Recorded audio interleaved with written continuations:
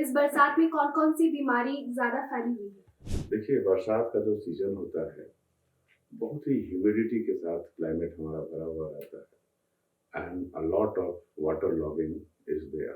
बीमारियों से बचने के क्या उपाय हो सकते हैं? वही है, जितना हो सके हम लोग सेफ वाटर प्रैक्टिस करें, सेफ हाइजीन मेंटेन करें। इस बार अगर बुखार आए तो आता भी है, उतर भी जाता है, तो उस टाइम हम लोग क्या कर सकते हैं? देखिए, अगर बार बार बुखार आता है किसी इंसान को, और तो सबसे पहले ये देखना चाहिए कि स्टार्टिंग में ही इतनी जल्दी एंटीबायोटिक नहीं लेनी चाहिए। अगर कोई मरीज दवाइयों के साइड इफेक्ट्स की शिकायत करता है तो आप क्या क्या कदम उठाते हैं?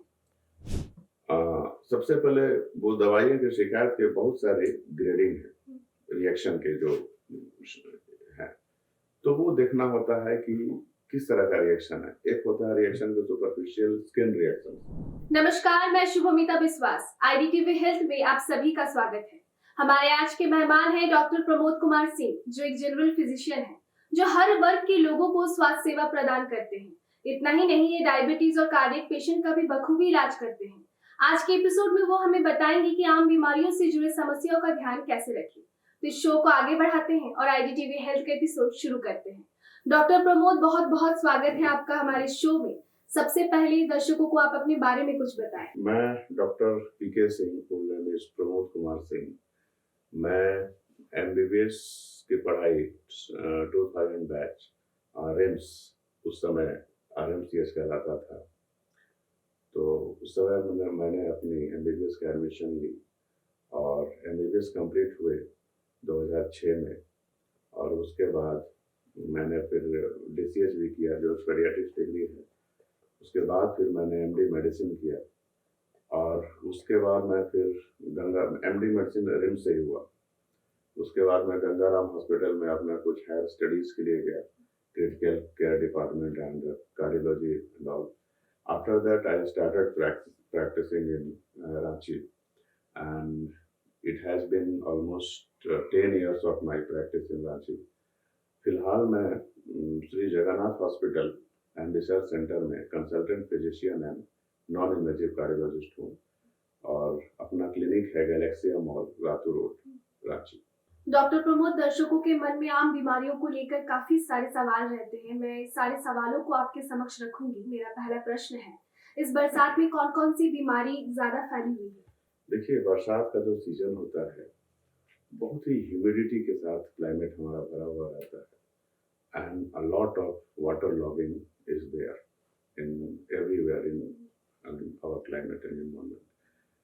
सो इस वाटर लॉगिंग की वजह से और ह्यूमिडिटी की वजह से एक तो हमारी ह्यूमिडिटी बहुत खराब हो जाती है respect to other seasons, and at the same time जितने बैक्टीरियाज हैं, वायरसेज हैं, मॉस्किटोज हैं, इनका ब्रीडिंग रेट बहुत हाई होता है।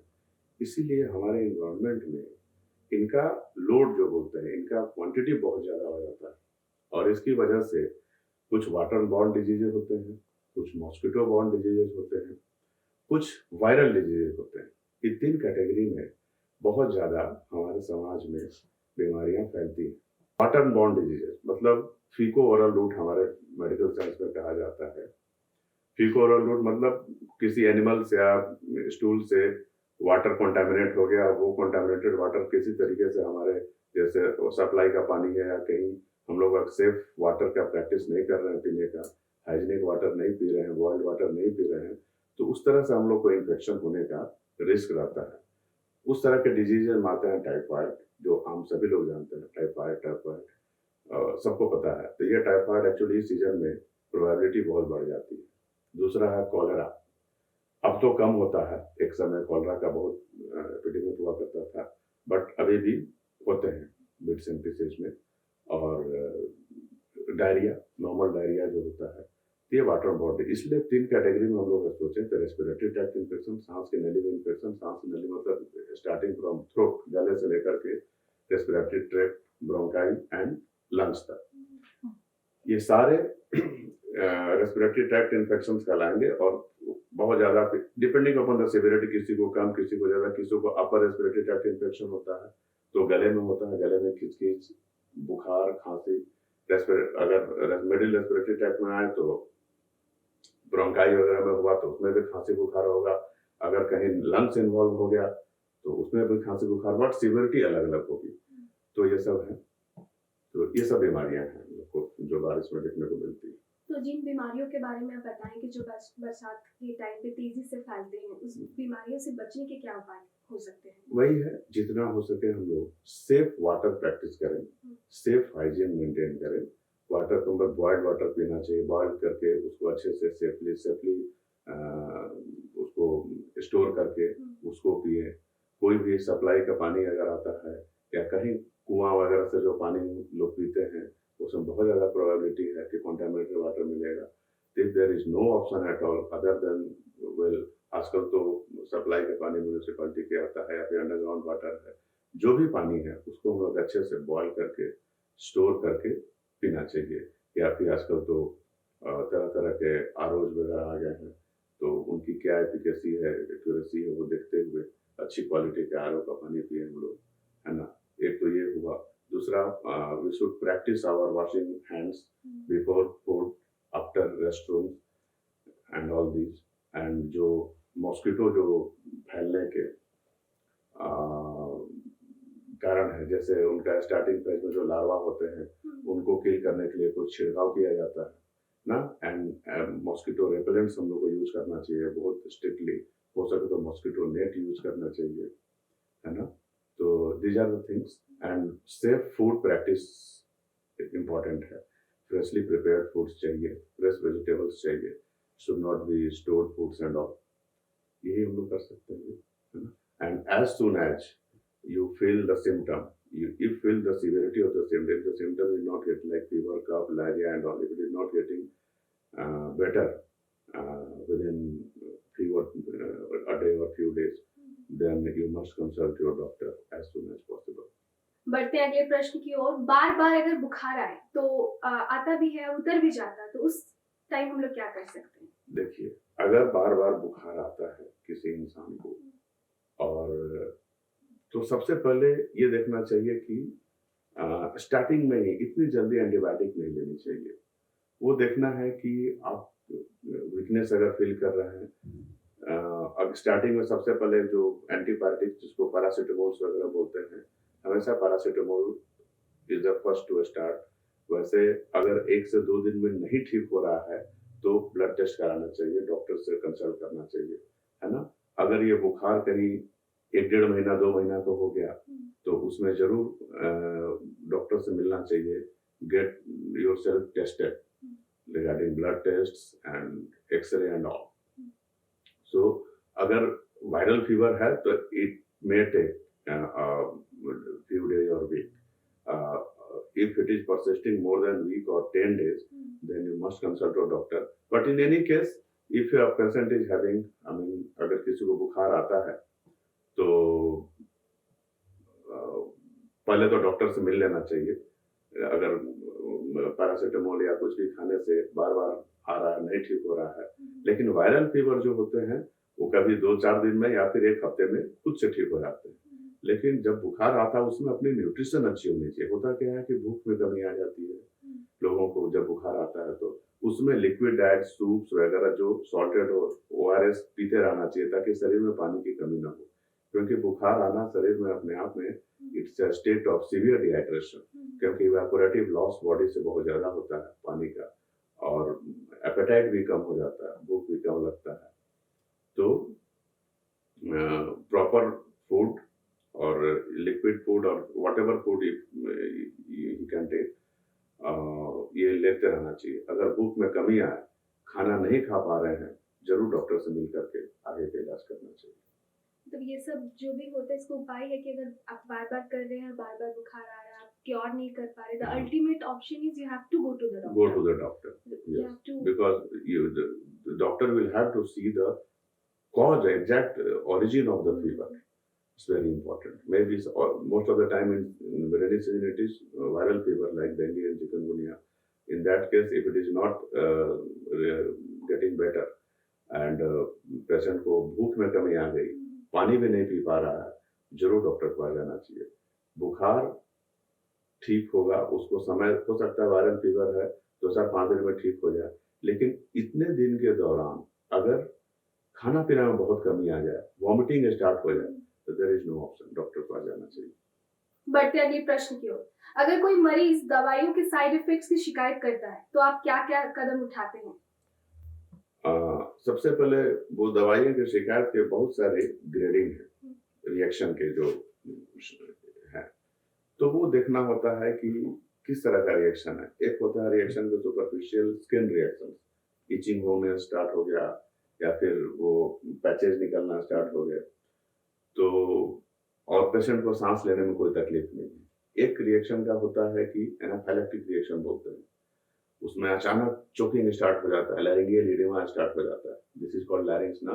तो समटाइम्स रिएक्शन उस लेवल तक पहुंच जाता है कि लैरिंजियल एडिमा हो जाए, सूजन हो जाए उसमें, और पेशेंट को सांस लेने में बहुत तकलीफ होती है।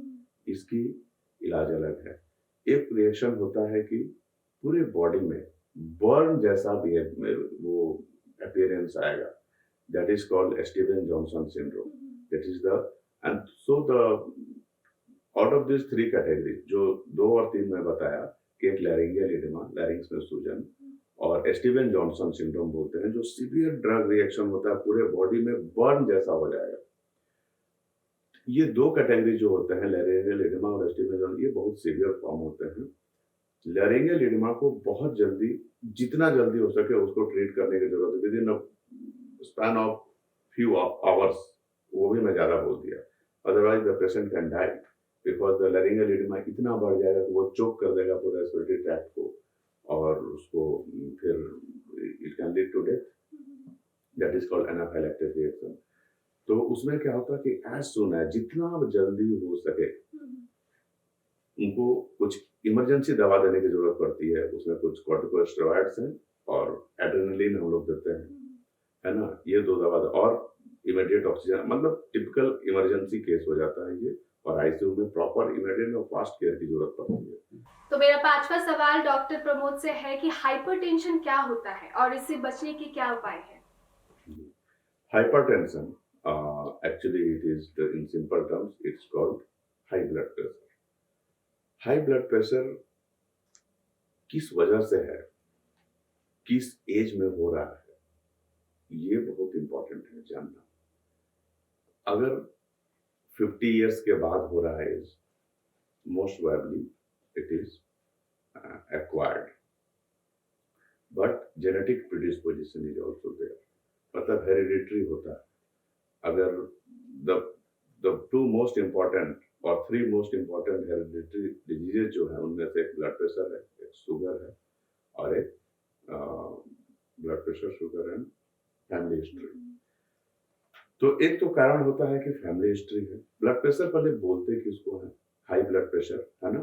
हाई ब्लड प्रेशर आज के डेट में रिकमेंडेशन जो है वो है 140/90 mmHg, इससे ऊपर है तो हाई ब्लड प्रेशर हम लोग बोलते हैं।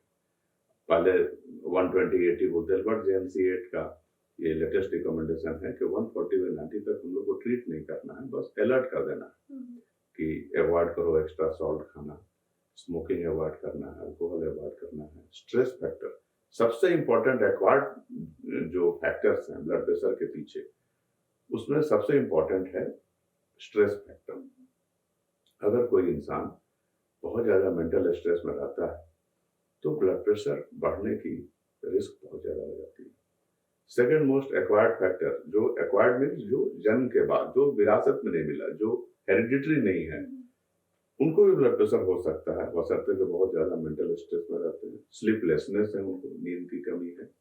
दूसरा कुछ एडिक्शन है ना, स्मोकिंग सबसे important cause, smoking, tobacco chewing and alcohol, ये सब सारी फैक्टर्स हैं ब्लड प्रेशर को बढ़ाने में। ये जो प्रश्न मैं आपसे पूछने वाली हूँ डॉक्टर प्रमोद, बहुत आम प्रश्न है, लेकिन लोगों के मन में इस चीज को लेकर ना काफी सारे मिसकंसेप्शंस होते हैं। तो जैसे कि आज की जीवन शैली जो है फास्ट एंड फॉरवर्ड जिसे हम लोग बोलते हैं, तो उसमें मॉर्निंग वॉक हो, एक्सरसाइज हो, योगा हो, कितनी जरूरी है? देखिए, मॉर्निंग वॉक तो बहुत अच्छी चीज है, ये जरूरी है। ये मॉर्निंग वॉक से इंसान का ब्लड प्रेशर, शुगर और कोलेस्ट्रॉल, ये सारी चीजें कंट्रोल रखती है। अब ये है कि किसी को कुछ पर्टिकुलर, अच्छा एक्सरसाइज भी, एथलेटिक्स एक्सरसाइज मतलब स्पोर्ट्स एक्सरसाइज आप करो, ज्यादा अच्छा है। ये जो जिम वगैरह में जो हार्ड एक्सरसाइज होते हैं ना, ये ठीक है, करने वाले करते हैं, बट उसको बॉडी बनाने के लिए इतना सारे आर्टिफिशियल फूड्स का सेवन करते हैं, वो रिकमेंडेड नहीं है। That can be very much harmful. और वो जिम वाला जो एक्सरसाइज है ना, उसमें किसी को मान लीजिए हार्ट की प्रॉब्लम है अंडरलाइन, या फिर ब्लड प्रेशर की प्रॉब्लम है, तो उन लोगों के केस में हेवी वेट एक्सरसाइज रिकमेंडेड नहीं है, बिकॉज ब्लड प्रेशर में शूट फर्दर और वो नुकसान कर सकता है।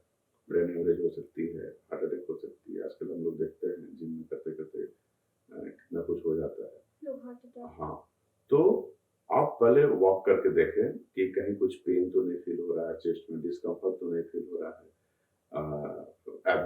Abnormally high shortness of breath तो नहीं हो रहा आपको, तो वो चीज़ देखना जरूरी है। अगर इन सब चीज़ों का शिकायत है तो पहले आप डॉक्टर से चेकअप कराएं, और ये सब हार्ट की चेकअप हो जानी चाहिए, सारी चीज़ लंग्स की चेकअप हो जानी चाहिए।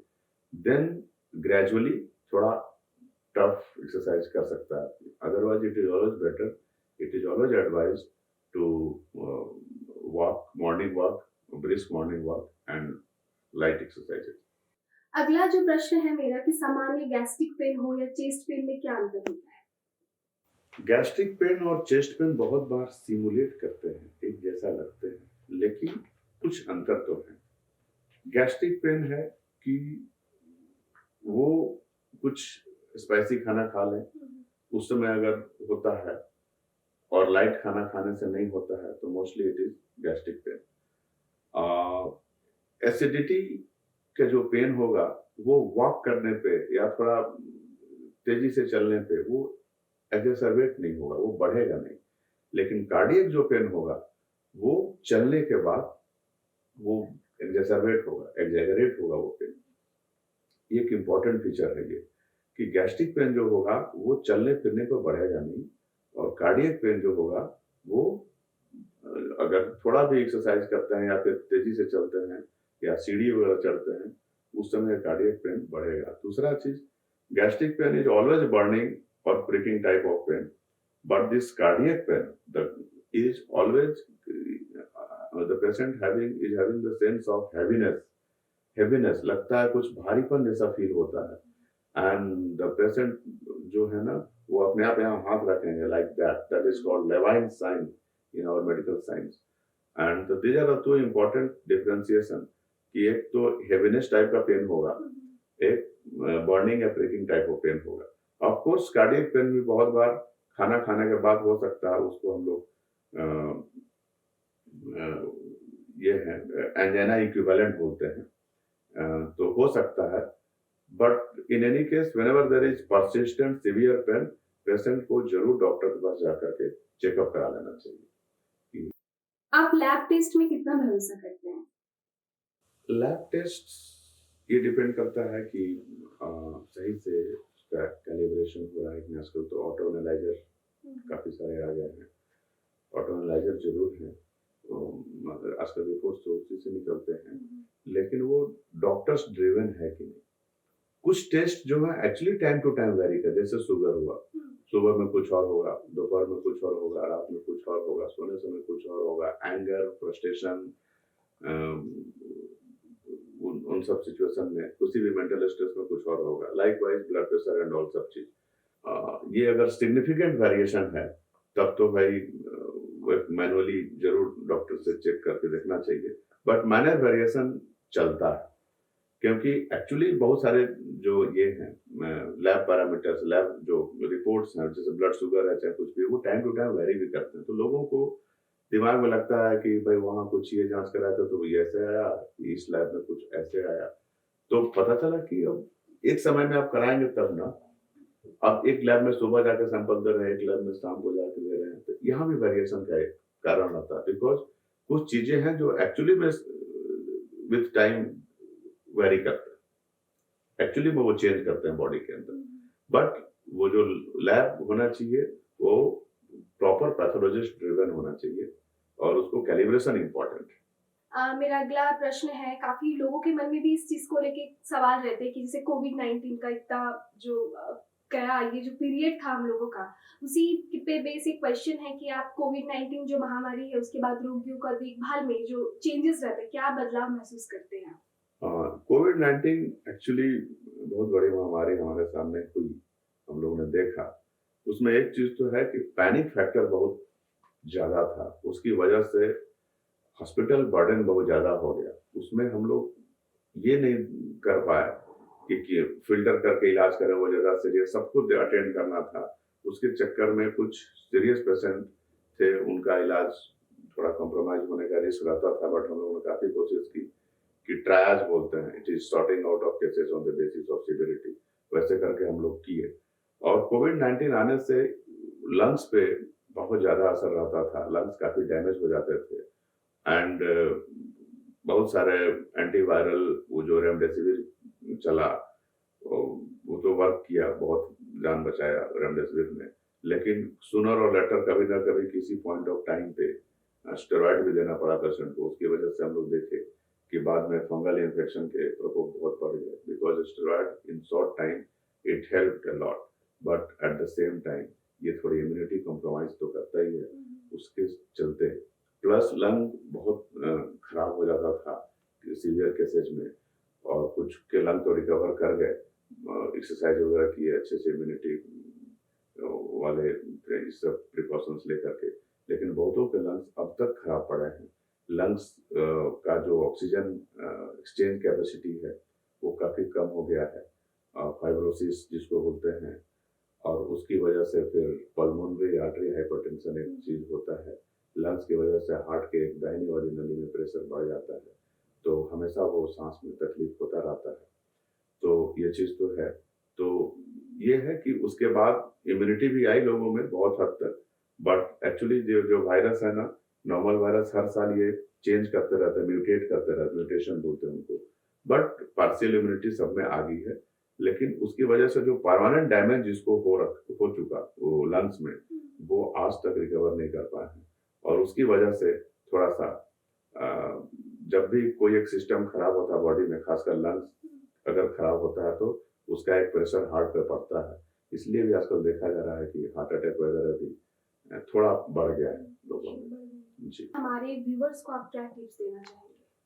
व्यूवर्स को यही टिप्स देना चाहेंगे कि always stay active, always maintain your hygiene, or always use freshly prepared foods, balanced diet, and fruits and vegetables must be taken in plenty amount, and daily morning brisk walking and exercise is mandatory, and whenever you feel, जब भी किसी को लगे कि मेरी तबीयत खराब है, कम या ज़्यादा, तो डॉक्टर से जरूर सलाह लें। धन्यवाद डॉक्टर प्रमोद। मुझे लगता है दर्शकों को आम बीमारियों से जुड़े सवालों के जवाब मिल गए होंगे। दर्शकों, आपको कैसा लगा हमारा ये एपिसोड, हमें जरूर बताएं। अब मुझे दीजिए इजाजत, अगले एपिसोड में आपसे फिर होगी मुलाकात। बने रहिए हमारे साथ, देखते रहिए IDTV इंद्रधनुष। धन्यवाद।